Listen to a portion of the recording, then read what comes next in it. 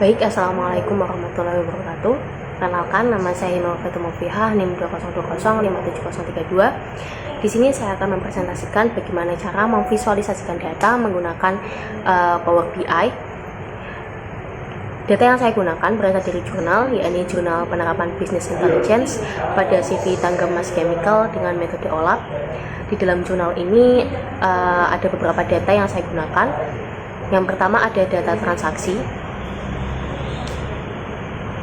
Oke, di data transaksi ini terdapat 10 data. Yang pertama terdapat 10 data. Yang pertama ada data nomor, kemudian ada data nomor faktur, kemudian ada data jumlah pembelian, dan kemudian ada tanggal pembelian. Kemudian data yang kedua saya menggunakan data penjualan item. Di sini juga terdapat 10 data yang digunakan. Yang pertama ada nomor, kemudian ada tanggal, kemudian ada nomor faktur, kemudian ada nama barang dan kuantiti dari barang tersebut. Kemudian setelah kita mendapatkan data dari jurnal, kemudian kita masukkan data tersebut ke dalam Excel. Data yang pertama yang saya gunakan atau saya masukkan ke dalam Excel adalah data transaksi. Di sini seperti data yang ada dalam jurnal, di sini ada nomor, kemudian ada nomor faktur, kemudian ada jumlah pembelian dan ada tanggal atau tanggal pembelian. Di sini data berjumlah 10 seperti yang ada pada jurnal. Kemudian data yang kedua saya gunakan adalah data penjualan.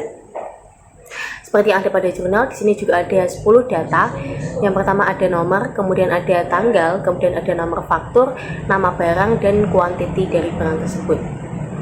Nah, data yang sudah kita masukkan ke dalam Excel ini nantinya kita akan input ke dalam Power BI. Di sini di halaman Home Power BI, kita akan menemukan Add Data to Your Report. Yang pertama ada import data from Excel, kemudian ada import data from SQL Server, kemudian paste data into a blank table, dan try example dataset. Di sini karena kita sudah memasukkan data dari jurnal tersebut ke dalam Excel, kita akan import data from Excel, dan kita akan klik dan kita pilih data tersebut ditaruh di sebelah mana. Di sini saya pilih data Excel BI yang sudah saya bikin, kemudian kita open. Kita klik dan kita open. Oke, kita akan menunggu sebentar.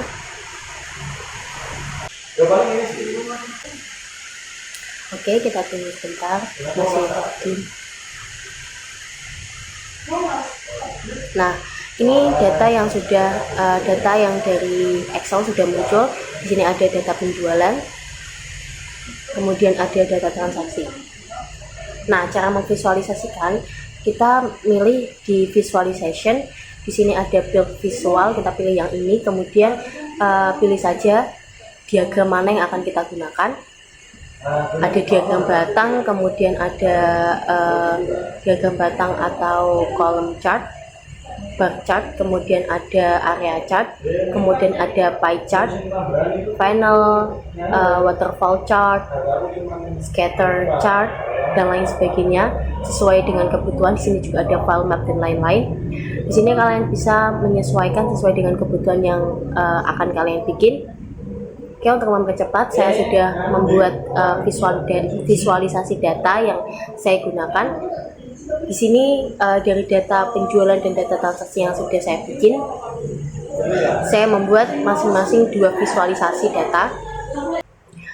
Baik, di sini saya membuat 4 visualisasi data dari 2 data yang saya gunakan, yakni yang pertama ada data penjualan dan data transaksi. Di visualisasi data yang pertama, saya menggunakan data transaksi. Bisa dilihat di sini terjadi penurunan sum of jumlah pembelian atau terjadi penurunan jumlah pembelian, yakni di tanggal 22 Desember 2018 terdapat 5 jumlah pembelian. Kemudian hingga tanggal 31 Desember 2018 terdapat 1 jumlah pembelian. Ya, sebelumnya di X ini kita ada data tanggal, kemudian yang di Y axis kita ada jumlah pembelian. Oke, kemudian untuk data yang kedua, saya menggunakan diagram pie chart.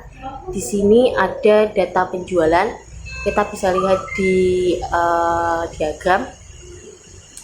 Di sini yang paling banyak jumlah pembelian yang paling banyak atau quantity yang paling banyak dari barang itu adalah ada di Tawas dengan persentase 23,39%. Kemudian ada yang kedua ada apa ini? Was TM ada 17,54%. Kemudian yang ketiga ada White 1917 yang dengan persentase 14,4%. Kemudian ada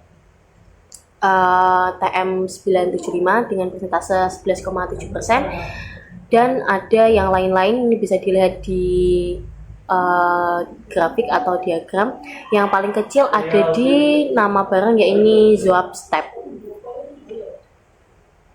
Kemudian visualisasi data yang ketiga, yang ini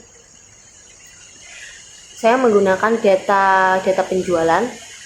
Data penjualan ini dari yang X bar ini adalah nama barang, kemudian yang Y bar atau Y axis ini adalah quantity dari barang tersebut.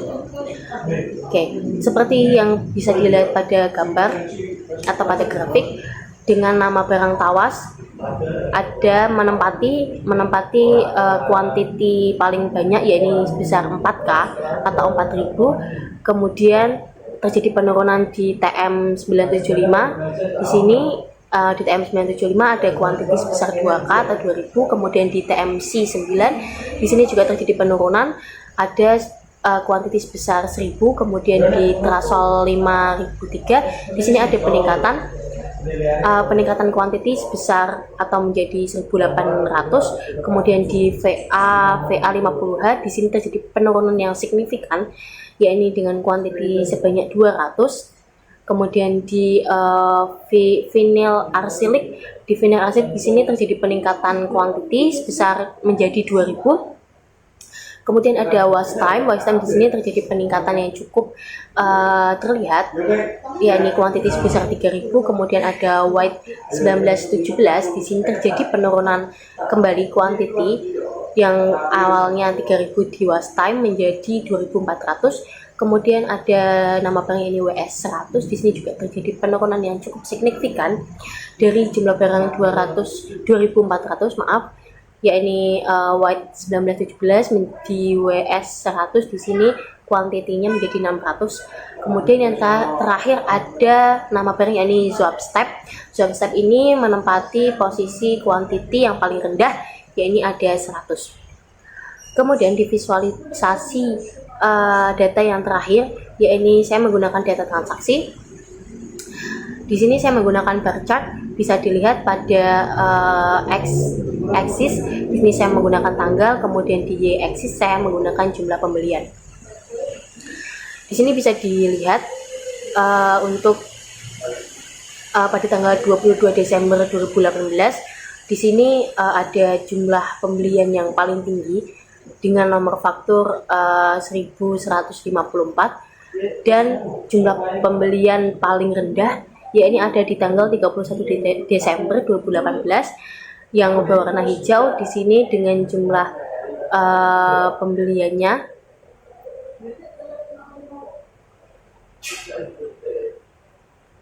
pembeliannya yakni sekitar 1. Baik, sekian presentasi dari saya. Kurang lebihnya saya mohon maaf. Apabila ada kesalahan tutur kata, mohon maaf yang sebesar-besarnya. Assalamualaikum warahmatullahi wabarakatuh.